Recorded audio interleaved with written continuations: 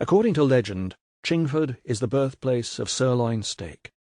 After a banquet at a local manor house late in the 17th century, King Charles II took such delight in his meal that he is said to have knighted a large hunk of meat, sirloin.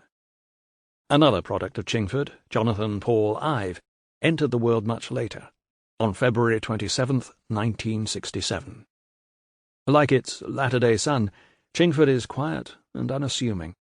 A well-to-do bedroom community on the northeast edge of London, the borough borders the rural county of Essex, just south of Epping Forest.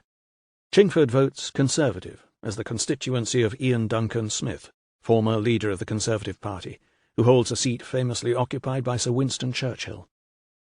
Jony Ive's childhood circumstances were comfortable but modest. His father, Michael John Ive, was a silversmith. His mother, Pamela Mary Ive, a psychotherapist. They had a second child, daughter Alison, 2 years after their son's birth.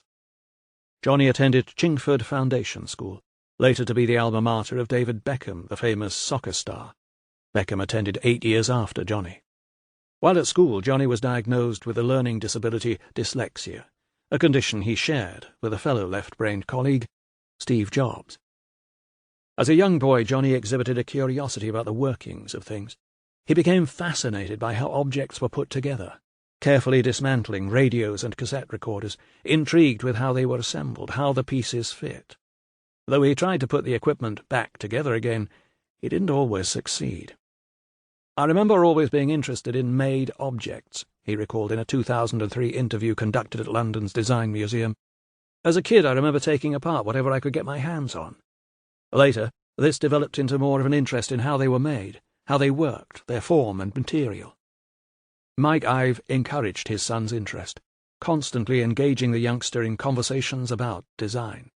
Although Jony didn't always see the larger context implied by his playthings, "The fact they had been designed was not obvious or even interesting to me initially," he told the London Crowd in 2003.